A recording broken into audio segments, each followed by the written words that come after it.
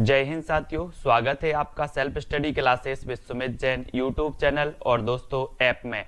दोस्तों बहुत सारे स्टूडेंट को ऐप डाउनलोड नहीं करते बन रहा है या फिर कर भी लिया है तो कोर्स भी नहीं देख पा रहे हैं। तो मैं आज उनको बता दूं कि ये जो सेल्फ स्टडी क्लासेस इस प्रकार से जब आप प्ले स्टोर से करते हैं तो ये आपका वेल जो है आइकन उसमें लगा हुआ है ना। तो इस प्रकार से सेल्फ स्टडी क्लासेस आपको सर्च करना है और ऐसे आइकन में आपको ऐप मिलने वाला है। ठीक है, तो दोस्तों हम देखें कि प्ले स्टोर में आपको इस प्रकार से दिखेगा ये सेल्फ स्टडी क्लासेस। ठीक है, ये प्ले स्टोर में आपको सेल्फ स्टडी क्लासेस का ऐप दिखने वाला है। ठीक है, ये इमेज उसमें डली है, ये आइकन, ये लोगो उसमें डला है। ठीक है, अब दोस्तों इसको इंस्टॉल करना है, यहां से आप इंस्टॉल करेंगे। ठीक है, अब इंस्टॉल करेंगे तो वहां पर आपको नंबर मांगेगा, जीमेल नंबर मांगेगा, तो आपको ओटीपी आएगा, तो आप रजिस्टर करके आगे बढ़ेंगे। ठीक दोस्तों, आज का वीडियो हिंदी साहित्य का स्टार्ट हो चुका है और आज हम हिंदी साहित्य में बहुत सारे महत्वपूर्ण प्रश्नों पर चर्चा करने वाले हैं। रोज अपनी क्लास होती है रात्रि 9 बजे और सुबह 9:30 बजे। ठीक है, सुबह 9:30 बजे ट्रिकी वीडियो आता है और रात्रि 9 बजे हम टेस्ट सीरीज करते हैं। ठीक है, तो जो भी साथी अभी तक व्हाट्सएप ग्रुप से नहीं जुड़े हैं 9098609291 इस व्हाट्सएप ग्रुप से आपको जुड़ना है और वीडियो को लाइक और शेयर अवश्य करना है। ठीक है, तो स्टार्ट करेंगे दोस्तों आज का ये वीडियो। आंसू काव्य के रचनाकार कौन है? आंसू के बताना है आपको। सुमित्रा नंदन पंत हैं, सूर्यकांत त्रिपाठी निराला साहब हैं, या फिर जयशंकर प्रसाद या मैत्रीशरण गुप्त जी हैं। तो आपका राइट आंसर क्या हो जाएगा? आंसू काव्य की रचनाकार बताना है, यानी कि 130 का उत्तर बताना है। और बिल्कुल सही आंसर होगा कौन सा? जयशंकर प्रसाद, है ना। आंसू काव्य जो है वो किसका है? जयशंकर प्रसाद जी का है। और ये छायावाद के क्या माने जाते हैं? मधुराज यादव जी भी ज्वाइन बटन से जुड़ चुके हैं, धन्यवाद, है ना। आंसू काव्य के जो रचनाकार हैं जयशंकर प्रसाद हैं और सुमित्रानंदन पंत जी, सूर्यकांत त्रिपाठी निराला जी, ये तीनों ही छायावाद के आधार स्तंभ हैं। मैत्रीशरण दोस्तों आपको पता है कि ये जो है राष्ट्र कवि हैं, दद्दा इनका उपनाम है ना। दद्दा और मधोप ये तो मैं कई बार बता चुका हूं, आपको रट भी गया होगा। ठीक है, और आंसू काव्य के रचनाकार हैं जयशंकर प्रसाद और छायावाद के प्रवर्तक भी इलाचंद्र जोशी ने इन्हें माना है। ठीक है, तो ये चीज भी आपको याद रखनी है। अगला क्वेश्चन आपको बताना है, चंदन विष व्यापत नहीं लिपटे रहत भुजंग प्रस्तुत पंक्ति के रचयिता कौन है? सूरदास जी हैं, बिहारी हैं, कबीर हैं या फिर रहीम हैं। चंदन विष व्यापत नहीं लिपटे रहत भुजंग, इस पंक्ति के रचयिता बताने हमें यहां पर। तो उत्तर क्या हो जाएगा? ज्वाइन बटन पर जाएं, आप ज्वाइन बटन पर क्लिक करें कुरैशी जी, है ना। और वहां पर आपको प्लान दिया होगा, आप प्लान देख लें, सिल्वर, गोल्ड और डायमंड, है ना। फिर आपको उसमें से आप किससे पेमेंट कर रहे हैं, पेमेंट का जो है विवरण भरना होता है। तो ज्वाइन बटन पर सबसे पहले तो क्लिक करना होता है। ठीक है, फिर आपको आगे की प्रोसेस करनी होती है। हाँ, आज तार सप्तक का जो वीडियो था उसमें कुछ प्रॉब्लम हो गई थी और रहीम यानी कि कल आपका तार सप्तक का वीडियो आ जाएगा। और यहाँ पर चंदन विष व्यापत नहीं, ये किसकी है? रहीम की है, यानी डी नंबर आपका बिल्कुल सही हो जाएगा, डी नंबर। ठीक है, अगला बताना, अमीय हलाहल मद भरे सेत श्याम रतनार जियत मरत झुक झुक परत जेहि चितबत एक बार, ये पंक्ति किसकी है? ये पंक्ति बतानी है आपको, किसकी है?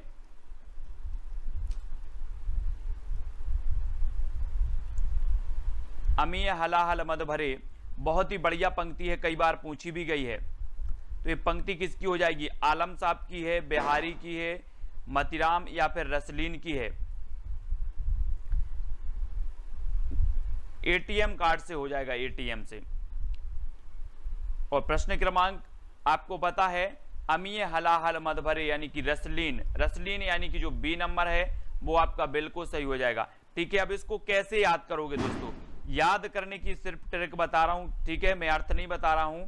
अमीय, अमीय से आप लेंगे कि अमीय से अपन बोलते हैं ना आम, है ना, आम। और आम में क्या होता है? रस होता है, रस। आम में क्या होता है? रस होता है, तो रसलीन, है ना। अमीय हलाहल मद भरे, इस प्रकार से हमें ट्रिक भी देख लेना है, याद भी कर लेना है ना।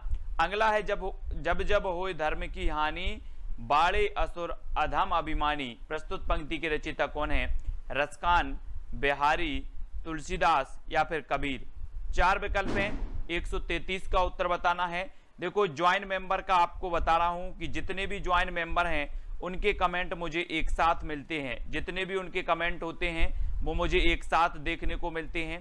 दूसरी बात, ज्वाइन वालों के लिए जो सेशन है वो अलग से चलेगा, यानी कि ज्वाइन मेंबर के जो वीडियो हैं वो केवल ज्वाइन मेंबर ही देख पाएंगे, दूसरे मेंबर नहीं देख पाएंगे, है ना।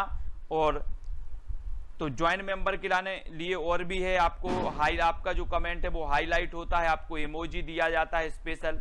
और आपका बिल्कुल सही आंसर होगा तुलसीदास, जब जब होए धर्म की हानि बाड़े असुर अधम अभिमानी, यानी कि जो बी नंबर है वो बिल्कुल सही हो जाएगा। ठीक है, तुलसीदास जी के बारे में आपको पता है कि जो तुलसीदास जी हैं राम काव्य धारा के श्रेष्ठ कवि माने जाते हैं तुलसीदास जी, और बी नंबर आपका बिल्कुल सही होगा। परहित सरस धर्म नहीं भाई, पर पीड़ा सम नहीं अधमाई प्रस्तुत पंक्ति की रचयिता कौन है? रचयिता बताना है, रसखान जी हैं, बिहारी हैं, तुलसी हैं या फिर मीरा हैं। 4 विकल्प हैं, यानी कि 134 का उत्तर आपको बताना है।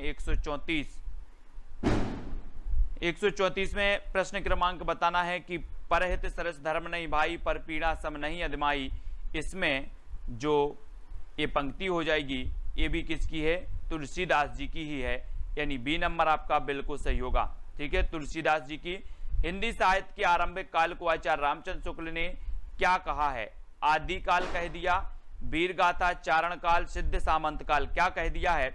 और दोस्तों जो विवेक शंकर की बुक मैंने आपको बताई थी वो अवेलेबल हो गई है ऑनलाइन, है ना। ऑनलाइन जो है अवेलेबल है, तो ऑनलाइन आप लोग खरीद सकते हैं किसकी? विवेक शंकर की बुक को। ठीक है, तो हिंदी साहित्य के आरंभिक काल को आचार्य रामचंद्र शुक्ल ने जो नाम दिया वो नाम दिया वीरगाथा काल। आदिकाल जो नाम दिया गया हजारी प्रसाद द्वारा, चारण काल जो नाम दिया गया राम कुमार वर्मा ग्रियर्सन द्वारा, और सिद्ध सामंत काल राहुल सांकृत्यायन द्वारा दिया गया। ठीक है, तो हिंदी साहित्य के आरंभिक काल को आचार्य रामचंद्र शुक्ल ने कहा है, तो वीरगाथा काल यानी कि जो सी नंबर है वो बिल्कुल सही हो जाएगा। ठीक है, सी नंबर। और अगला है वीरगाथा काल का कवि कौन सा नहीं है? अब वीरगाथा काल के कवि तो आप सभी को पता है, सारे कवि पता हैं, आप गणपति शालिभद्र सूरी से लेकर आप चंद्रबरदाई तक सारे के सारे कवि आपको पता है।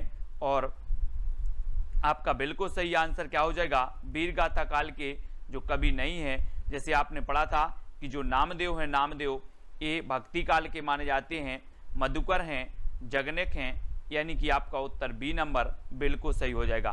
ठीक है, बी नंबर बिल्कुल सही होगा। तो नामदेव ये वीरगाथा काल के कवि नहीं है और बी नंबर बिल्कुल सही है। और अगला क्वेश्चन आपकी स्क्रीन पर है कि वीरगाथा काल के सर्वश्रेष्ठ कवि कौन माने जाते हैं? वीरगाथा काल के सर्वश्रेष्ठ कवि चंद्रबरदाई, जगनेक, दलपति विजय या फिर विद्यापति, कौन माने जाते हैं? सर्वश्रेष्ठ बताना है यहाँ पर। और दलपति विजय, इनकी एक खुमाण रासो रचना है, कौन सी है? खुमाण रासो, खुमाण रासो है। जगनिक की तो आलाखंड आपको पता है, ठीक है, परमाल रासो जिसे कहा जाता है। विद्यापति की 3 प्रमुख रचनाएं कौन सी हैं? पदलता, पताका। चंद्रबरदाई की तो पृथ्वीराज रासो आपको पता ही है। ठीक है, तो वीरगाथा काल की सर्वश्रेष्ठ जो रचना मानी जाती है, वो कवि माने जाते हैं, वो चंद्रबरदाई माने जाते हैं, यानी आपका उत्तर होगा ए नंबर। और चंद्रबरदाई का जो महाकाव्य है वो कौन सा है? पृथ्वीराज रासो है। ठीक है, और ये हिंदी का प्रथम महाकाव्य है, चंद्रबरदाई हिंदी के प्रथम महाकवि हैं, है ना। तो ए नंबर आपका बिल्कुल सही होगा। और अगला क्वेश्चन है पृथ्वीराज रासो की रचनाकार कौन है? दोस्तों पृथ्वीराज रासो के रचनाकार तो अधिकांश लोगों को पता है ना। जयदेव हैं, जगनेक हैं, चंद्रबरदाई हैं, विद्यापति हैं। ये 4 विकल्प हैं और 4 में से आपको पता है कि पृथ्वीराज रासो चंद्रबरदाई जी का ग्रंथ है ना। और बी नंबर आपका बिल्कुल सही हो जाएगा। अधिकांश लोगों को पता है, लेकिन आपसे पूछा जाता है दोस्तों कि कबीर की भाषा क्या थी? कबीर की भाषा क्या थी ये बतानी है। ब्रज थी, कन्नौजी थी, खड़ी थी या फिर सादुक्कड़ी थी? कौन सी थी? कबीरदास की जो भाषा थी वो भाषा कौन सी थी? यानी कि प्रश्न क्रमांक 139 का उत्तर बताना है। और दोस्तों ये सादुक्कड़ी भाषा किसने कहा है? कबीरदास की भाषा को सादुक्कड़ी भाषा किसने कहा है? कबीरदास जी की जो भाषा मानी जाती है वो सादुक्कड़ी मानी जाती है, लेकिन इसे सादुक्कड़ी किसने कहा? प्रश्न क्रमांक 139 का आपका उत्तर बताना है। सादुक्कड़ी इसे किसने कहा है? आपको ही उसका चयन करना है और बताना है। तब आपका बिल्कुल सही आंसर क्या होगा? नयन जो देखा कमल सा निर्मल नीर शरीर, हसत जो देखा हंस बा दसन ज्योति नग हीर। ये पंक्ति किसकी है? बहुत ही बढ़िया पंक्ति है। ये पंक्ति आपको बतानी है तुलसीदास जी की है, जायसी की है, जयशंकर प्रसाद जी की या कबीरदास जी। बहुत ही बढ़िया पंक्ति है, आपको बताना है। नयन जो देखा कमल सा निर्मल नीर शरीर, हसत जो देखा हंस बा दसन ज्योति नग हीर। हाँ, वेरी गुड। शुक्ल जी ने सादुक्कड़ी भाषा कहा है, बिल्कुल याद रख लेना है। हमने पढ़ा था कि पंचमेल खिचड़ी कहा था किसने? श्याम सुंदर दास ने। कबीर की भाषा को पंचमेल खिचड़ी। सादुक्कड़ी कहा रामचंद्र शुक्ल ने, ठीक है। बाणी का डिक्टेटर कहा हजारी प्रसाद द्विवेदी ने। ये क्वेश्चन हमेशा पूछे जाते हैं और यहां पर आपका सही उत्तर होगा जायसी, ठीक है। जायसी यानी कि जो सी नंबर है वो बिल्कुल सही है, जायसी बिल्कुल सही हो जाएगा। नयन जो देखा कमल सा निर्मल नीर शरीर, हसत जो देखा हंस बा दसन ज्योति नग हीर, जायसी जी की पंक्ति है। और जायसी जी का एक काव्य है, कौन सा काव्य है दोस्तों? कौन सा है? पद्मावत, है ना, पद्मावत है। और पद्मावत इनका श्रेष्ठ महाकाव्य और हिंदी का प्रथम प्रमाणिक महाकाव्य भी माना जाता है पद्मावत, ठीक है। तो याद रखना है। शिवा बावनी के रचनाकार कौन माने जाते हैं? शिवा बावनी, पद्माकर, केशवदास, भूषण या फिर जगनेक। प्रश्न क्रमांक 141 का उत्तर हमें बताना है। शिवा बावनी की रचनाकार, बहुत ही बढ़िया है दोस्तों ये रचना। और इस रचना के जो रचनाकार माने जाते हैं वो माने जाते हैं कौन? भूषण जी, है ना। शिवा बावनी ये भूषण की रचना है। और रीति काल में एकमात्र ऐसा वीर रस का कवि था भूषण, जिसका उपनाम कहीं कहीं मनीराम, कुछ विद्वान मनीराम भी मानते हैं और कुछ विद्वान घनश्याम भी मानते हैं ना, घनश्याम। तो कुछ घनश्याम तो कुछ मनीराम, है ना। तो ये शिवा बावनी की रचनाकार भूषण जी माने जाते हैं, यानी बी नंबर आपका बिल्कुल सही हो जाएगा। छत्रसाल दशक भी इन्हीं की रचना है, भूषण जी की। नर की और नर नील की गति ये की कर जोए, जे तो नीचे हे चले ते तो ऊंचो होए। इस पंक्ति के जो रचयिता हैं वो कौन है? और आपको पता है दोस्तों, वो कवि रीति सिद्ध काव्यधारा का कवि है ना, रीति सिद्ध काव्यधारा का कवि है। और उसकी एक रचना है बिहारी सतसई, है ना, बिहारी सतसई। और विश्व में सबसे ज्यादा यानी कि दूसरे नंबर पर जो सबसे ज्यादा टीका लिखी गई वो बिहारी सतसई की लिखी गई, ठीक है। तो ये चीज आपको याद रख लेना है। और बिहारी सतसई में 713 दोहे मिलते हैं कहीं कहीं और 719 दोहे भी मिलते हैं। और नर की और नर नील की ये जो पंक्ति है वो बिहारी लाल की है। बिहारी यानी कि जो आपका सी नंबर है वो बिल्कुल सही हो जाएगा, ठीक है। सी नंबर आपका सही हो जाएगा। अगला आपको बताना है कि सकीबे मुझसे कहकर जाते, प्रस्तुत पंक्तियों के रचयिता कौन है? सकीबे मुझसे कहकर जाते अज्ञेय की है ना, हरियोध की है, या फिर मैथिली शरण गुप्त की, या फिर जयशंकर प्रसाद। दोस्तों आपने यशोधरा खंड काव्य पढ़ा होगा। यशोधरा खंड काव्य होते हुए भी ये महाकाव्य की श्रेणी में आता है, लेकिन ये खंड काव्य है यशोधरा। और यशोधरा में हम पंक्ति पढ़ते हैं कि सखी बे मुझसे कहकर जाते, सखी बे मुझसे कहकर जाते।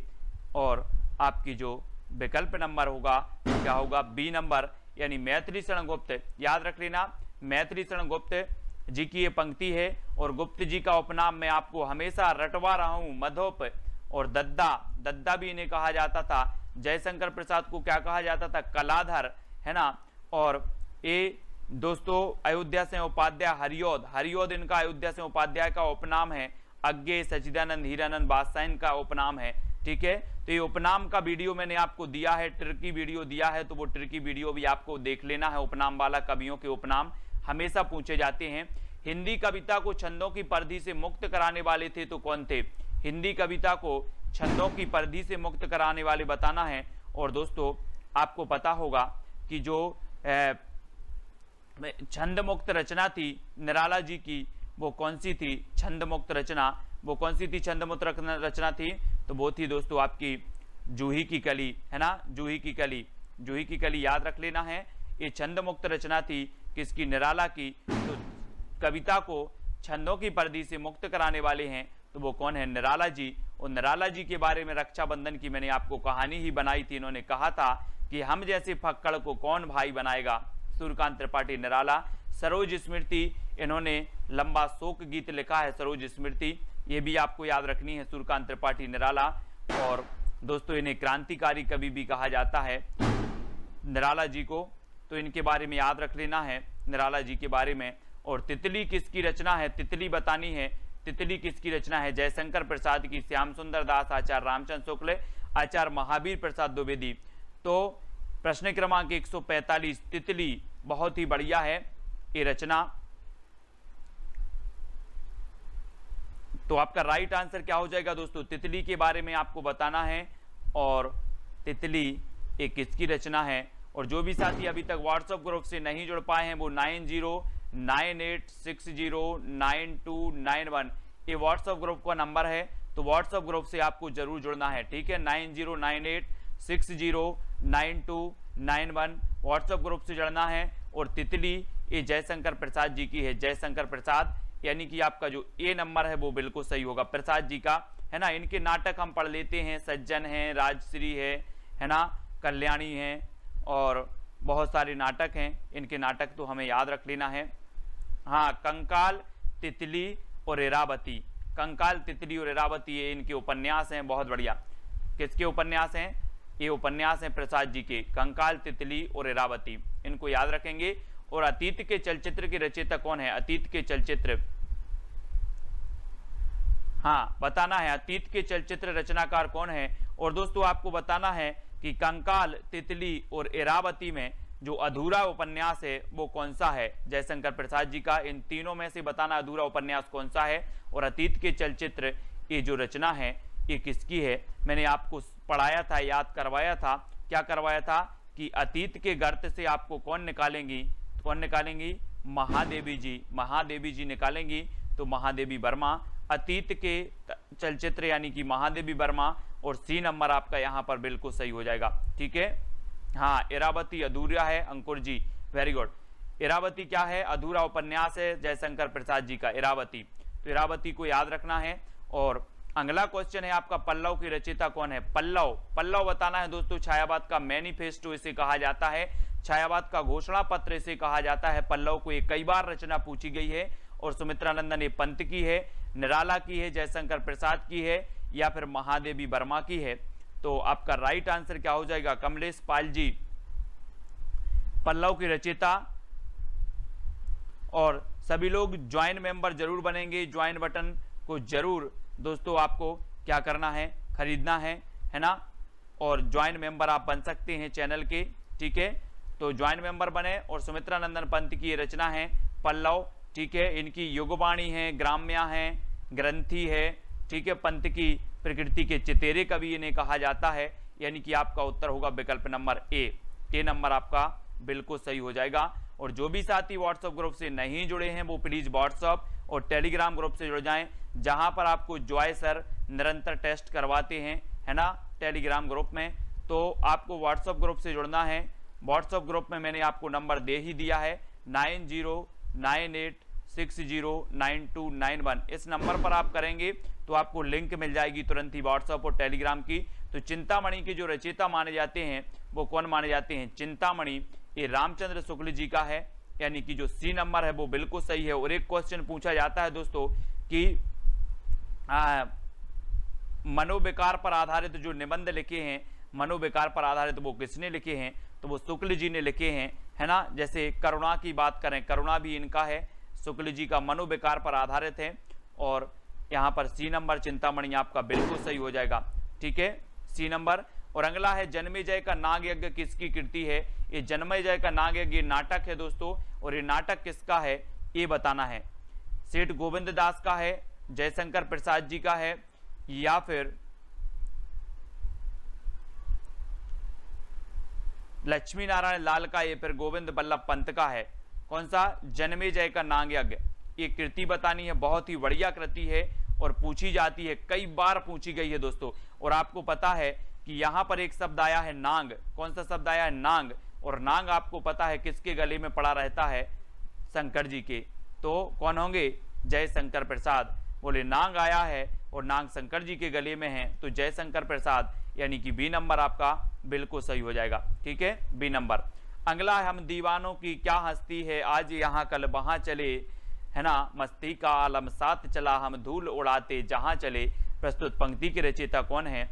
पंक्ति के बताना है। सियाराम शरण गुप्त हैं, भगवती चरण वर्मा हैं, सुभद्रा कुमारी चौहान या रामधारी सिंह दिनकर हैं। और मैंने आपको बताया है कई बार कि हम दीवाने हैं किसके? भगवती के। हम किसके दीवाने हैं? भगवती के दीवाने। आप बोलते ना कि दीवाना तेरा आया बाबा तेरे मंदिर में, इस प्रकार से माता तेरा मंदिर, इस प्रकार से एक बहुत ही बढ़िया भजन है, देवी गीत है ना। तो हम दीवानों की क्या हस्ती है, आज यहाँ कल वहां चले, मस्ती का आलम साथ चला। तो ये भगवती चरण वर्मा, यानी कि जो बी नंबर है वो बिल्कुल सही हो जाएगा। ठीक है, अगला है, सबसे पहले अपनी आत्मकथा हिंदी में किसने लिखी? सबसे पहले यहां पर विकल्प अनुसार बताना है दोस्तों आपको, है ना। 4 विकल्प हैं, 4 विकल्पानुसार इनमें से निम्नलिखित में से सबसे पहले अपनी आत्मकथा हिंदी में किसने लिखी, ये चीज आपको बतानी है। 4 विकल्प हैं। कुछ लोग तो कंफ्यूज हो जाते हैं कि यहाँ सबसे पहले आत्मकथा लिखी राजेंद्र प्रसाद ने, है ना, ऐसे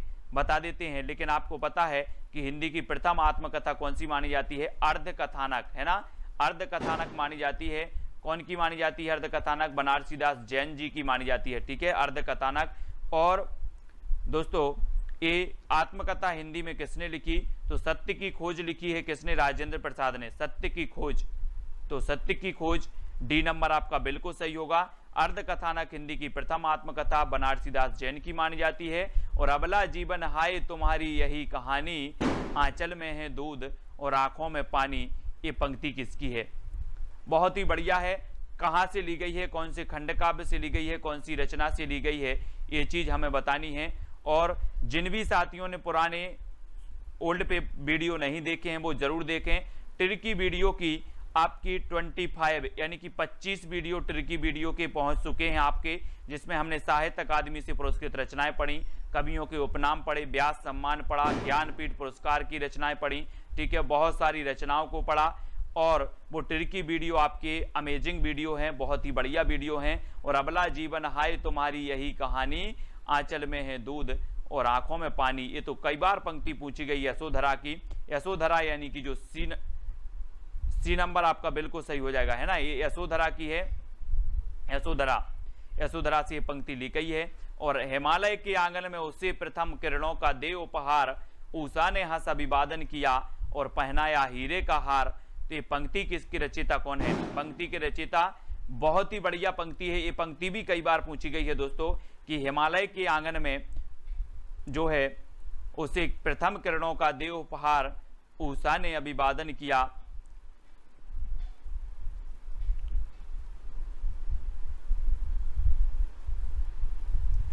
तो 153 और 153 का आपका बिल्कुल सही आंसर जो हो जाएगा वो हो जाएगा कौन सा? जयशंकर प्रसाद। हिमालय के आंगन में उषा प्रथम किरणों का दे उपहार। हिमालय आया है दोस्तों, हिमालय पर्वत, ऐसे ही कैलाश पर्वत था, हिमालय पर्वत, कैलाश पर्वत, है ना। और कैलाश पर्वत पे जाकर कौन बैठ गए थे? शंकर जी तपस्या करने बैठ गए थे। तो हिमालय पर्वत आ रही है, हिमालय की बात आ रही है, कैलाश पर्वत और हिमालय पर्वत ये पर्वत हैं। और शंकर जी बैठ गए थे, तो ये शंकर जी प्रसाद, जयशंकर प्रसाद का होगा। आलवार भक्तों की संख्या बतानी है, यानी कि 154 का उत्तर बताना है दोस्तों। आपको पता है, मैंने आपको बताया था कि रामानंद के शिष्य 12, है ना। आलवार भक्तों की संख्या भी कितनी आप बता देना, है ना। और साकेत में जो आपके ग्रंथ है, साकेत में जो आपके सर्ग हैं वो भी आपके 12 हैं, है ना। और 12 बार आ रहा है, तो यहां पर भी 12 आया है, 12 को कर दो 12, तो क्या हो जाएगा? 12। आलवार भक्तों की संख्या 12, यानी कि बी नंबर बिल्कुल सही हो जाएगा। ठीक है, बार आया है और बार आ रहा है, और बार मतलब 12। ठीक है, 12 है आलवार भक्तों की संख्या। याद रखेंगे, भक्ति का सर्वप्रथम उल्लेख कहां मिलता है दोस्तों? भक्ति का वेदों में मिलता है, सूक्त में मिलता है, उपनिषद में मिलता है, या इनमें से कोई नहीं? कहां पर मिलता है भक्ति का सर्वप्रथम उल्लेख बताना है? और आपने तो वेद तो आपने पढ़े हैं, वेद 4 वेद होते हैं, ऋग्वेद सबसे प्राचीन वेद माना जाता है ना, सभी लोगों ने पढ़े हैं। और भक्ति का जो सर्वप्रथम उल्लेख मिलता है तो वो मिलता है उपनिषद में। कहाँ पर मिलता है? उपनिषद, यानी कि जो आपका बी नंबर है उपनिषद बिल्कुल सही हो जाएगा। भक्ति का उल्लेख मिलता है आपका उपनिषद में, ठीक है, बी नंबर बिल्कुल सही है। नेक्स्ट है संत काव्यधारा को ज्ञानाश्रयी किस विद्वान ने कहा? बहुत ही बढ़िया प्रश्न है दोस्तों। आप सभी लोगों ने पढ़ा है कि संत काव्यधारा जो है, जिन्हें ज्ञानाश्रयी शाखा भी कहा जाता है, भक्ति काल की एक काव्यधारा है, ठीक है। और एक काव्यधारा को जो ज्ञानाश्रयी शाखा कहा है तो वो किसने कहा है, ये चीज बतानी है। यानी कि प्रश्न क्रमांक 156 का उत्तर बताना है। 4 विकल्प हैं, 4 आलोचक हैं थे, और चारों में से आपका जो उत्तर जा रहा है वो क्या जा रहा है कि आचार्य रामचंद्र शुक्ल, इन्होंने ज्ञानाश्रयी शाखा कहा दोस्तों इसे, ठीक है। और ये नंबर आपका बिल्कुल सही होगा। संत काव्यधारा को ज्ञानाश्रयी कहने वाले जो विद्वान थे वो थे शुक्ल जी। संत शब्द को सतसाम्य किसने माना है? संत शब्द को सतसाम्य मानने वाले जो विद्वान थे वो कौन थे? डॉक्टर पीताम्बरनाथ बर्थवाल थे, आचार्य शुक्ल थे, डॉक्टर नगेंद्र थे, या परमेश्वर चतुर्वेदी थे? कौन थे संत शब्द को सतसाम्य मानने वाले? बहुत ही बढ़िया प्रश्न है। और संत शब्द को सतसाम्य मान लिया, और वो माना है किसने? परमेश्वर चतुर्वेदी ने सतसाम्य माना संत शब्द को।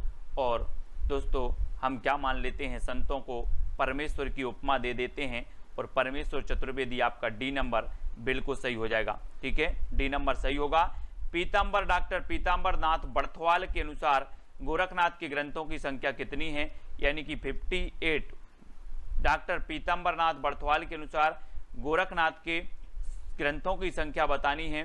12 है, 14 है, 13 है, या फिर 12 है। आपने पढ़ा होगा दोस्तों कि जो आपका नाथ पंथ था, नाथ पंथ, और नाथ पंथ के जो प्रवर्तक माने जाते हैं मतेंद्र नाथ माने जाते हैं, और प्रमुख जो माने जाते हैं गोरखनाथ माने जाते हैं मतेंद्र नाथ के।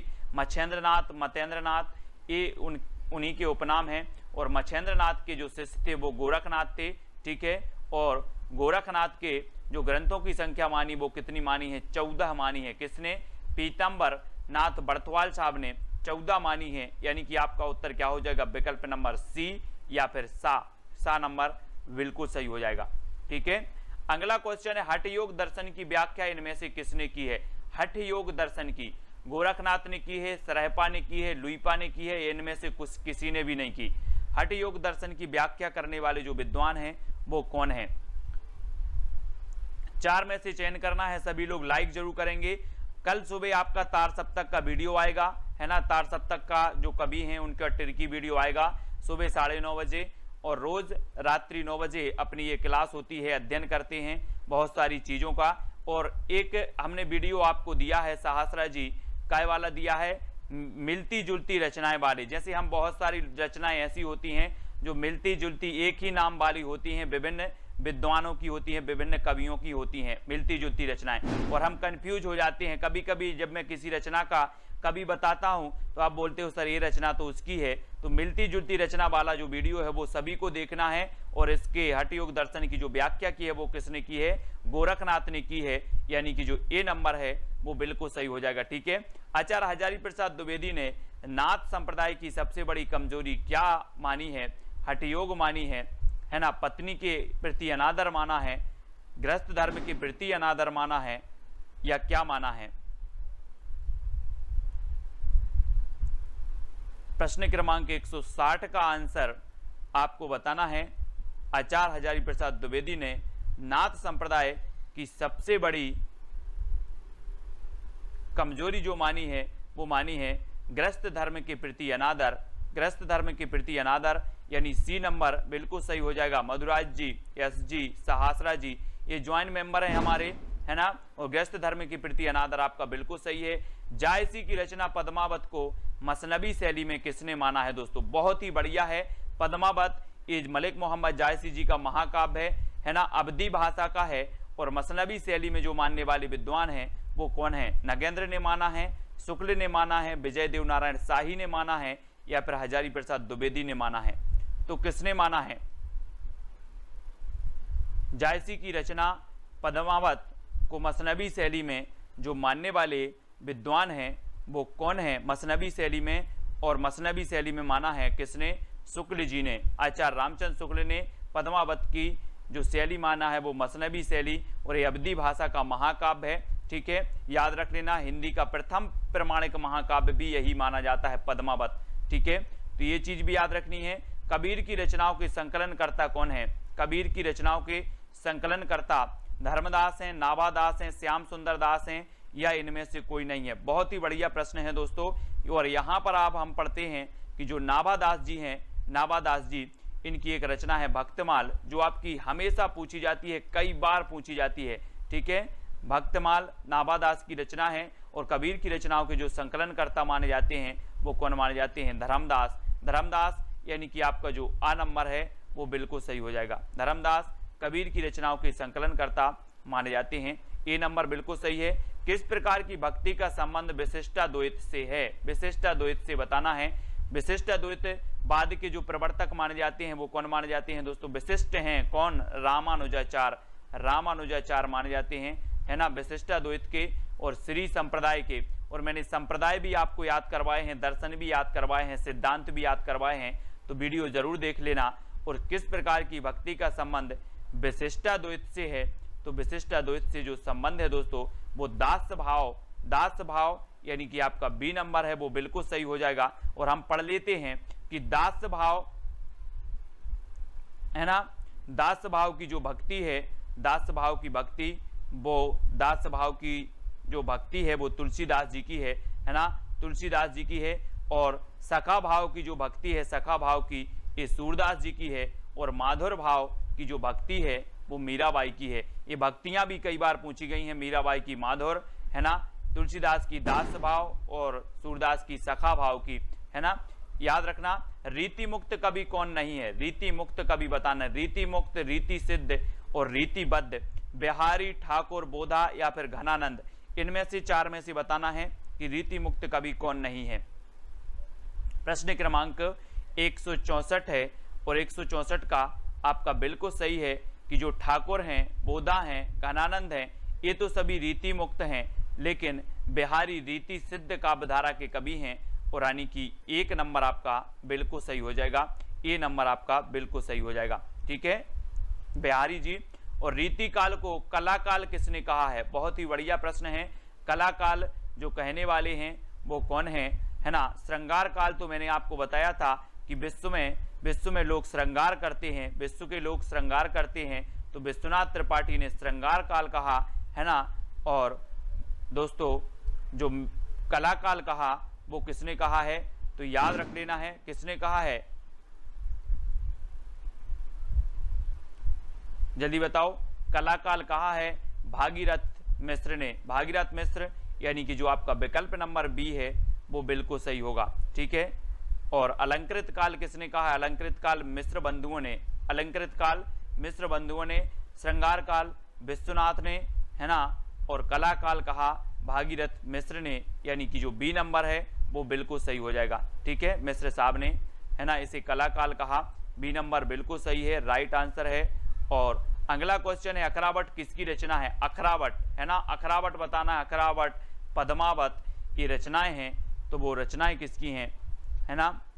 और ये रचनाएं मानी जाती हैं दोस्तों किसकी? मलिक मोहम्मद जायसी साहब। जायसी यानी कि जो विकल्प नंबर 1 आपका बिल्कुल सही हो जाएगा। और जायसी सूफी काव्यधारा के प्रमुख कवि माने जाते हैं और अखरावट इन्हीं की रचना है, ये चीज भी याद रखनी है। ठीक है, सूरदास जी कृष्ण काव्यधारा के प्रमुख, तुलसीदास जी राम काव्यधारा के प्रमुख, कबीर संत काव्यधारा के प्रमुख और जायसी सूफी काव्यधारा के प्रमुख, ये तीनों ही शाखाएं चली दोस्तों किसमें? भक्ति काल में। और अखरावट रचना आपसे पूछी गई तो अखरावट आपने बता दी कि सर ये तो जायसी जी की है, यानी कि ये नंबर आपका बिल्कुल सही हो जाएगा।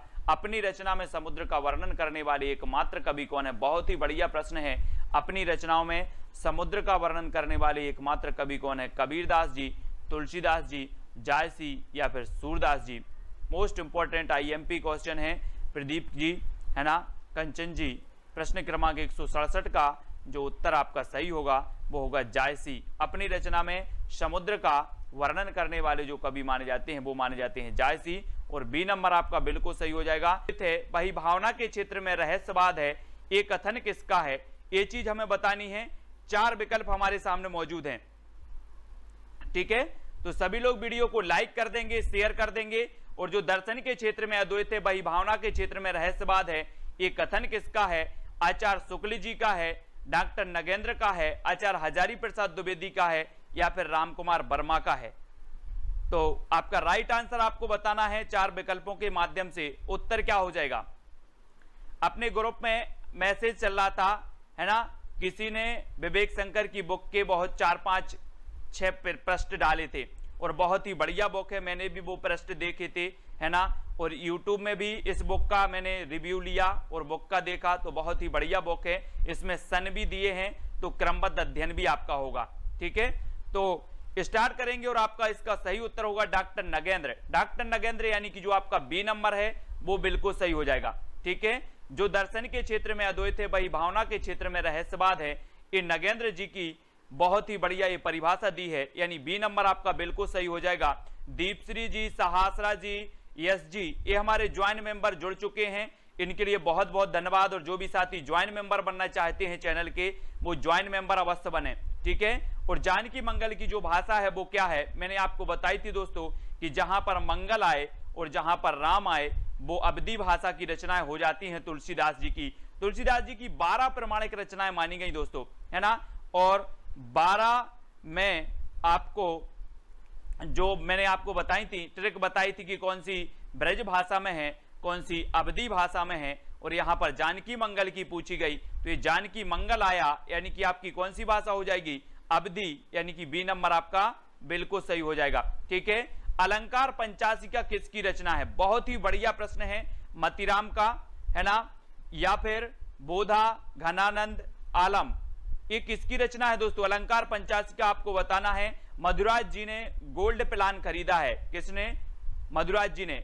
3 प्लान है अपने, सबसे पहला सिल्वर प्लान है, ठीक है, जो 59 रुपए पे करके आपको ये सिल्वर प्लान खरीदना है। दूसरा आपका गोल्ड है जो आपको 159, और तीसरा है डायमंड जो आपको 299, तो आपको खरीदना है दोस्तों और ज्वाइन मेंबर बनना है, ठीक है। और अलंकार पंचाशिका यहां पर पूछा गया, तो मतीराम यानी कि जो आ नंबर है वो आपका बिल्कुल सही हो जाएगा। अलंकार पंचाशिका के जो रचनाकार हैं वो कौन है, मतीराम है ना। और आपकी मति यानी कि आपके भाव हमेशा होते हैं अलंकार करने के, अलंकार करने के, अलंकार पढ़ने के भाव होते कि नहीं होते, होते होंगे, मतीराम जी की है, ठीक है।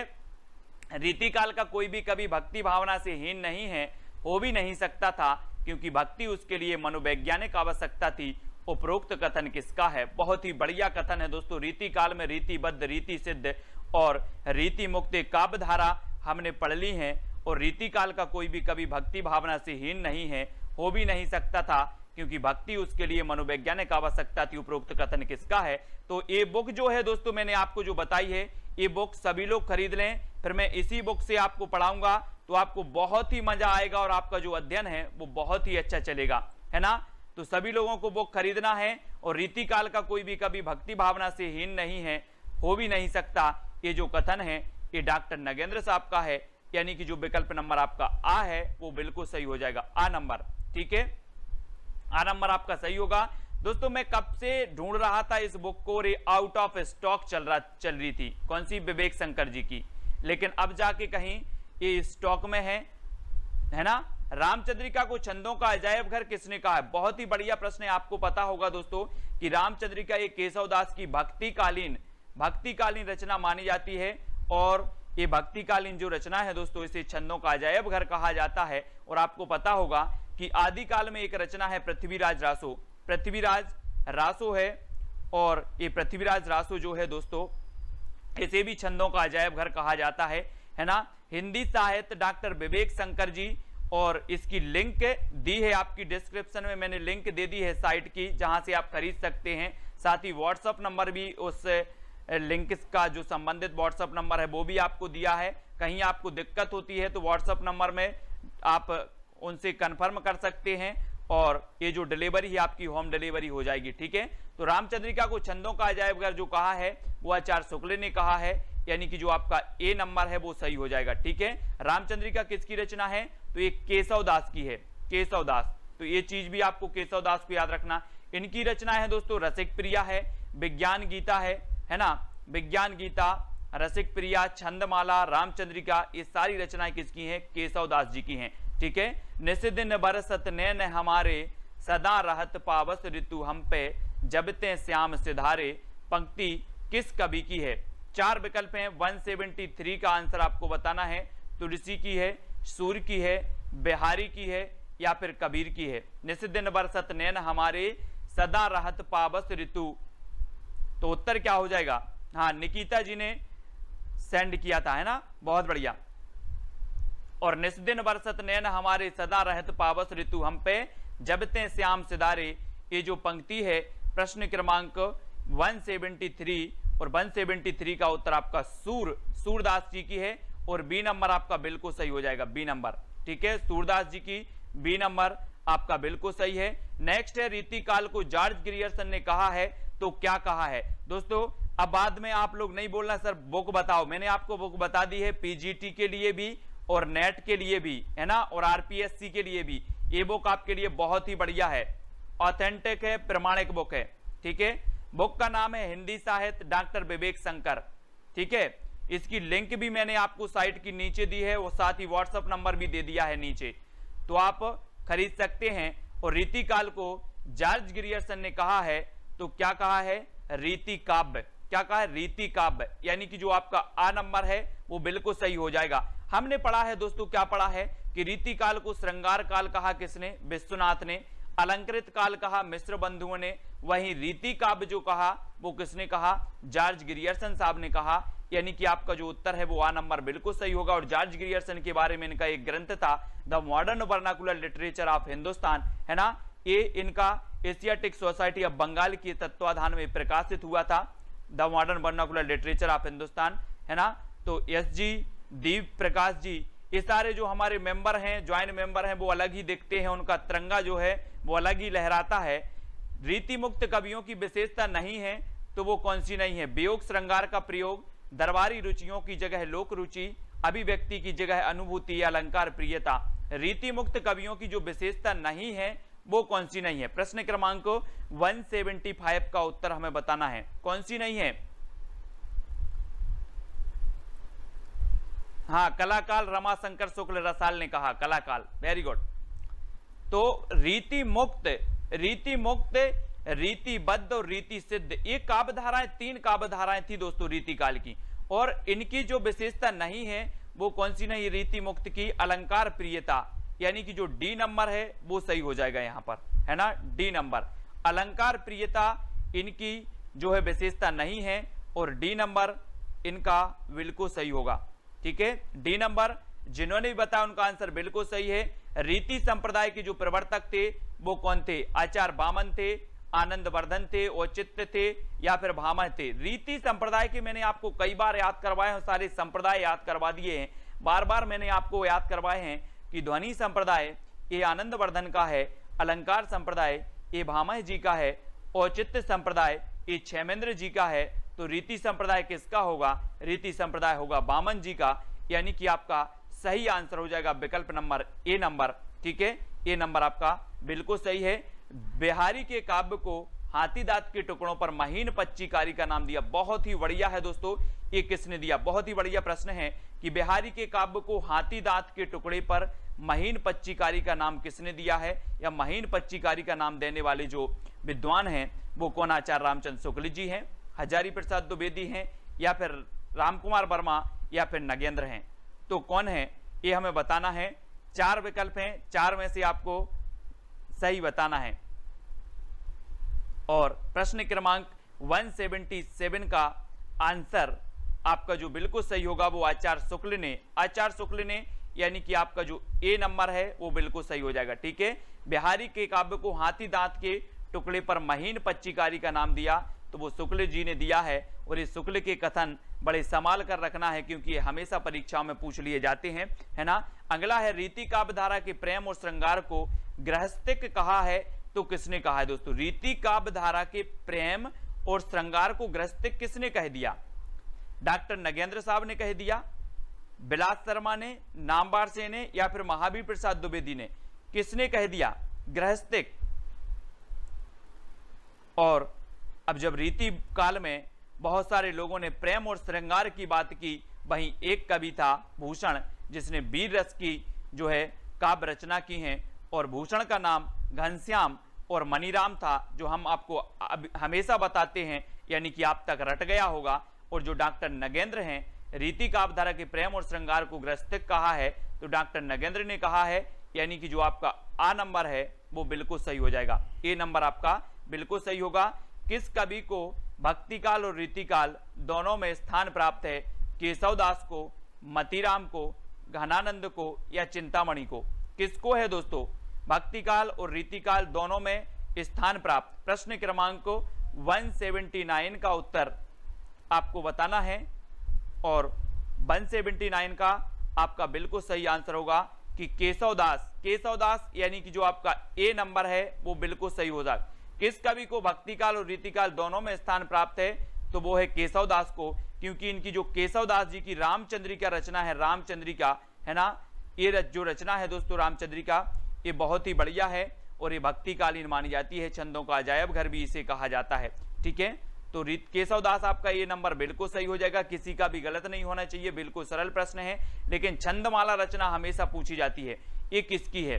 भिखारीदास की है। भिखारीदास की तो हमने काव्य निर्णय, काव्य श्रृंगार निर्णय, ये भिखारीदास की पढ़ी थी रचनाएं। चंद्रबरदाई की तो हमने पढ़ी है, महाकाव्य इनका पढ़ लिया। पृथ्वीराज रासो, मैत्री शरण गुप्त के भी हमने पढ़े हैं, भारत भारती, साकेत, खंड काव्य भी इनका पढ़ा है मैत्रेय गुप्त का। तो छंदमाला जो रचना है ये किसकी है? केशवदास, है ना, केशवदास, यानी कि आपका उत्तर सी नंबर, सा नंबर बिल्कुल सही हो जाएगा। केशवदास की रचना का नाम है छंदमाला, और विकल्प नंबर जो आपका सी है वो बिल्कुल सही हो जाएगा। ठीक है, सी नंबर। और भारत 8वां विश्व हिंदी सम्मेलन कहाँ हुआ था? दोस्तों जो हिंदी सम्मेलन है वो आपको याद रखना है, पहला, दूसरा, तीसरा, चौथा, ये हिंदी सम्मेलन आप सभी को याद रखने, यहां से क्वेश्चन पूछे ही जाते हैं। ठीक है, तो 8वां विश्व हिंदी सम्मेलन कहाँ हुआ था? भारत में, न्यूयॉर्क में, मॉरिशस में, या फिर सूरीनाम में? आपको पता होगा दोस्तों कि पहला जो हुआ था वो कब हुआ था? नागपुर में हुआ था, अपने नागपुर, है ना, नागपुर में हुआ था पहला, और 2015 में भोपाल में हुआ था, है ना, और 8वां विश्व हिंदी सम्मेलन जो हुआ था वो न्यूयॉर्क में हुआ था, यानी कि आपका जो विकल्प नंबर बी है न्यूयॉर्क, न्यूयॉर्क आपका बिल्कुल सही हो जाएगा। एक शहर है अमेरिका का न्यूयॉर्क, जहां पर यूनिसेफ का मुख्यालय है। किसका मुख्यालय? यूनिसेफ का, ये न्यूयॉर्क में है, और बी नंबर आपका यहां पर बिल्कुल सही होगा। ठीक है, ये 8वां विश्व हिंदी सम्मेलन न्यूयॉर्क में हुआ। भंवर गीत किसकी रचना है दोस्तों? भंवर गीत नंददास की है, नावादास की है, कुंभन दास की है, सूरदास जी की है। यहां पर दोस्तों ये क्या है, आपने पढ़ा होगा अष्टछाप। अष्टछाप की स्थापना 1565 में हुई थी, 1565 में। लेकिन यहां पर यही पूछा जाता है कि निम्न में से बताइए कौन अष्टछाप का कवि नहीं है, है ना। बहुत सारे लोग कुंभन दास को बता देते हैं, लेकिन वास्तव में है नावादास। नावादास ये अष्टछाप के कवि नहीं माने जाते। इनकी एक रचना मानी जाती है, कौन सी? भक्तमाल। और भंवर गीत जो रचना है वो किसकी है? नंददास जी की है ना। अपन ने नंद की भंवर पाड़ दी थी, बोले नंद की भंवर पाड़ दो, है ना। तो नंददास हैं, और नंददास भी दोस्तों याद रख लेना विट्ठल नाथ के शिष्य थे नंददास। ए नंबर आपका यहाँ पर बिल्कुल सही हो जाएगा, आ सही हो जाएगा। ठीक है, श्रृंगार रस के विरोधी कवि कौन माने जाते हैं? श्रृंगार रस के विरोधी कवि यानी कि कबीरदास, सुंदरदास, तुलसीदास, या फिर नंददास, कौन माने जाते हैं श्रृंगार रस के? आपको पता होगा दोस्तों कि जो संत काव्यधारा थी, संत काव्यधारा में सबसे जो पढ़े लिखे थे वो श्रृंगार विरोधी थे। वो पढ़े लिखे कौन थे? सुंदरदास, है ना, सुंदरदास। ये सुंदर थे दोस्तों, इसलिए इनको श्रृंगार की जरूरत नहीं थी, इसलिए इन्होंने कहा कि यार हम श्रृंगार रस का विरोध करेंगे, है ना। ये सुंदर थे, इसलिए सुंदर को श्रृंगार की जरूरत नहीं थी, इसलिए इन्होंने श्रृंगार रस का विरोध कर दिया। ऐसे याद कर लेंगे। और सबसे पढ़े लिखे थे तो सुंदरदास थे, और इन्होंने विरोध भी किया काय का? श्रृंगार रस का, यानी कि बी नंबर आपका बिल्कुल सही होगा। सोहिला किसकी रचना है? ये कई बार पूछी गई दोस्तों। सोहिला की रचनाकार कौन है? गुरु अंगद हैं, गुरु नानक हैं, गुरु रामदास हैं, या फिर गुरु अर्जुन देव हैं? अर्जुन देव भी यहां पर डी नंबर आपका अर्जुन देव है। तो कौन है? हाँ, सुंदर लोगों को सजने की जरूरत नहीं होती है। तो सोहिला की रचनाकार भी हमें लिखना है और सोहिला के रचनाकार आपके होंगे गुरु नानक। गुरु नानक यानी कि जो विकल्प नंबर आपके बी हैं वो बिल्कुल सही हो जाएगा। ये सिख संप्रदाय के प्रवर्तक माने जाते हैं और सिखों के प्रथम गुरु माने जाते हैं। गुरु गोविंद सिखों के 10वें गुरु माने जाते हैं और गुरु ग्रंथ साहिब का जो संकलन किया था वो गुरु अर्जुन देव ने किया था। ये चीज भी आपको याद रखनी। हमेशा पूछा जाता है कि गुरु ग्रंथ साहिब का संकलन किसने किया था, तो गुरु अर्जुन देव ने किया था। ठीक है, और जो फिलहाल सोहिला आपसे पूछा गया तो सोहिला रचना किसकी है, गुरु नानक देव की। ठीक है, तो बी नंबर आपका बिल्कुल सही होगा। रुक्मणी मंगल के रचयिता कौन है? रुक्मणी मंगल तुलसीदास जी हैं, नंददास जी हैं, लालदास जी हैं, ईश्वरदास जी हैं। ये चार में से बताना है रुक्मणी मंगल की रचना, है ना। और रुक्मणी मंगल इसके जो रचयिता माने जाते हैं। अब वो नहीं लगा देना कि सर मंगल आ गया, ये मंगल तो आ गया है लेकिन ये मंगल वाली रचना नहीं है अपनी। और ये किसकी है, जल्दी से बताओ।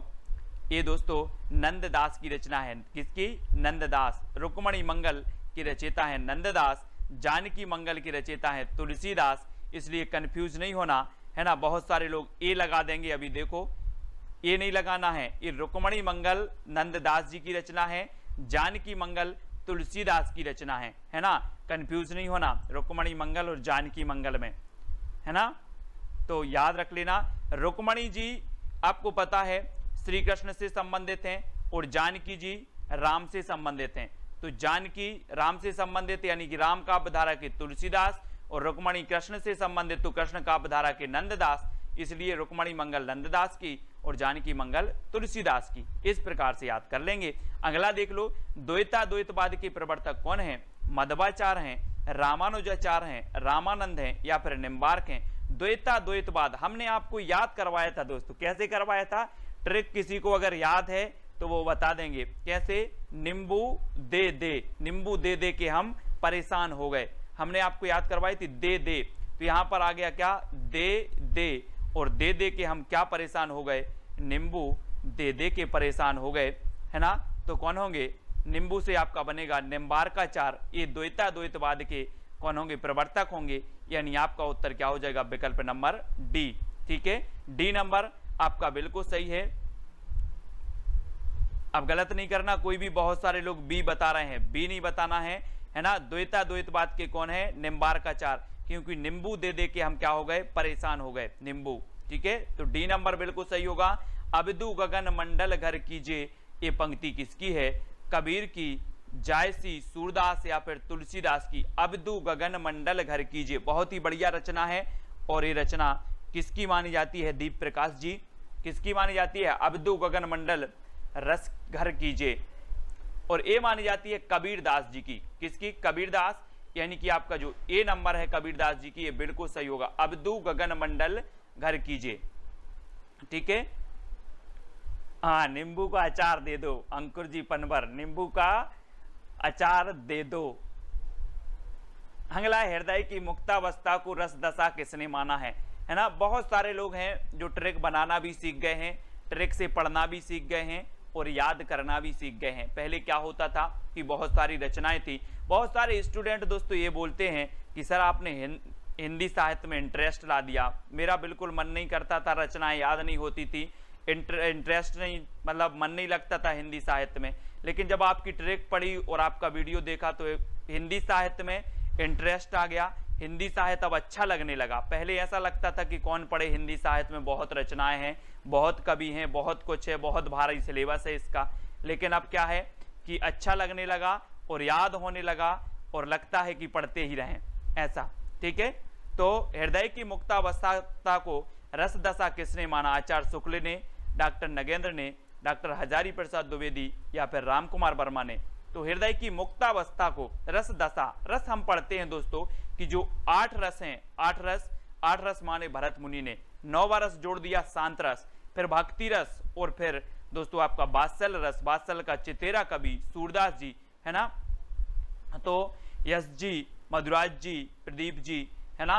हृदय की मुक्तावस्था को रसदशा यानी कि आचार्य शुक्ल ने कहा, यानी कि जो आ नंबर है वो आपका बिल्कुल सही हो जाएगा। हृदय की मुक्तावस्था को रसदशा किसने माना है? तो आचार्य शुक्ल जी ने माना है। ये नंबर आपका बिल्कुल सही होगा। पश्चिमी हिंदी की भाषा नहीं है तो क्या नहीं है दोस्तों। 189 का उत्तर बताना है दोस्तों। हिंदी साहित्य बहुत सारे लोग पढ़ते हैं, बहुत सारे स्टडी मटेरियल भी होता है, बहुत सारा चीज, लेकिन अगर आप इंटरेस्ट से पढ़ो, कुछ अलग पढ़ो, हटके पढ़ो, हंस के पढ़ो, मजाक करके पढ़ो, वो चीज आपको याद हो जाती है। आप थ्योरी पढ़ रहे हो, है ना, पढ़ते जा रहे हो तो आपको याद नहीं होता। अगर आप कुछ उसमें मिर्ची मसाला भरते हो तो आपको वो चीज हमेशा के लिए याद हो जाती है ना। अपने व्यवहारिक ज्ञान में जोड़ते हो, अपने पारिवारिक ज्ञान में जोड़ते हो, जहां पर हम रोज खेलते हैं, उछलते हैं, कूदते हैं, वो चीज आप स्टडी में करते हो तो निश्चित ही वो चीज याद हो जाती है। और पश्चिमी हिंदी का मैंने आपको याद करवाया था कि कानों के खड़ी बुंदेली ब्रजभान हरि के पास। कानों से आपका बन जाता है कन्नौजी, खड़ी से बन जाता है खड़ी बोली, ब्रज से बनता है ब्रज भाषा, बुंदेली से बुंदेली, हरी से हरियाणवी, और हरियाणवी को बांगरू भी कहा जाता है, खड़ी बोली को कोरबी भी कहा जाता है। इन सारी को लिखना है दोस्तों। और यहाँ पर नहीं है पूछा गया है तो आपको पता है कि जो अवधी है, अवधी ये पूर्वी हिंदी की भाषा है। और अवधी की मैंने आपको याद करवाई थी कि अब छत्तीसगढ़ी, अवधी, बघेली और छत्तीसगढ़ी, ये तीनों भाषाएं पूर्वी हिंदी की हैं, है ना। एक कोड भूल नहीं जाना, एक क्वेश्चन आपका हर एग्जाम में बनता है। पूर्वी हिंदी पश्चिमी हिंदी से हर एग्जाम में एक क्वेश्चन बनता है ना। ये आपको याद रखना है। कौन सा संचारी भाव नहीं है? शोक, अमर्ष, हर्ष या फिर गर्व। संचारी भाव बताना है। 4 विकल्प हैं और संचारी भाव आपको पता है कितने होते हैं। 33 संचारी भाव हमने पढ़े हैं, लेकिन 34वां संचारी भाव माना है किसने? छल नामक संचारी भाव मान लिया देव कवि ने, है ना। सभी को पता है, रटा हुआ है। अगर ये क्वेश्चन पूछा भी जाता है कि 34वां संचारी भाव जो माना है वो किसने माना है, तो देव कवि ने। यानी कि आपका यहां पर जो उत्तर होगा वो होगा शोक। संचारी भाव नहीं है तो शोक नहीं है। शोक क्या है दोस्तों? स्थायी भाव की श्रेणी में आता है ना। तो हम बोलते ना कि जहां पर शोक नामक स्थायी भाव जागृत होता है वहां पर आपका करुण रस हो जाता है। ठीक है, तो याद रख लेना, ये शोक स्थायी भाव है, संचारी भाव नहीं है, यानी कि ए नंबर आपका बिल्कुल सही होगा। रीति के लिए मार्ग शब्द का प्रयोग किसने किया? रीति के लिए मार्ग शब्द का प्रयोग बताना है दोस्तों, किसने किया है? रीति संप्रदाय के जो प्रवर्तक माने जाते हैं वो कौन माने जाते हैं? बामन माने जाते हैं, बामन, है ना। और रीति शब्द के लिए जो मार्ग शब्द का प्रयोग करने वाले हैं बामन हैं, शुक्ल हैं, कुंतक या फिर भरत मुनि हैं। सारे लोग वीडियो को लाइक जरूर करेंगे। एक जो अंगूठा है अपना वो दबा देना, ठीक है, लाइक जरूर करना है। बहुत सारे लोग लाइक नहीं कर पाते हैं क्योंकि उनके अंगूठे में दर्द होता है, और जहां दर्द होता है वहां बामन आपको लगा देना है। आ नंबर आपका बिल्कुल सही हो जाएगा। ए नंबर सही। रीति के लिए मार्ग शब्द का जो प्रयोग करने वाले हैं वो बामन है, और ए नंबर आपका बिल्कुल सही होगा। ठीक है, आचार्य मम्मट के अनुसार काव्य का उद्देश्य क्या होता है? क्या होता है? काव्य यश प्रदान करता है, काव्य अर्थ प्रदान करने का साधन होता है, काव्य व्यवहार का ज्ञान होता है, या उपरोक्त सभी। आचार्य मम्मट के अनुसार काव्य का उद्देश्य क्या होता है दोस्तों? मम्मट के अनुसार बताना है ना। आप पाश्चात्य काव्य शास्त्र में और भारतीय काव्य शास्त्र पढ़ते हो, और यहां पर आपको बताना है कि मम्मट के अनुसार काव्य का जो उद्देश्य होता है वो हो जाता है क्या? काव्य यश प्रदान करता है, ये भी होता है। काव्य अर्थ प्रदान करने का साधन है, ये भी होता है। काव्य व्यवहार का ज्ञान होता है, ये भी आपका होता है।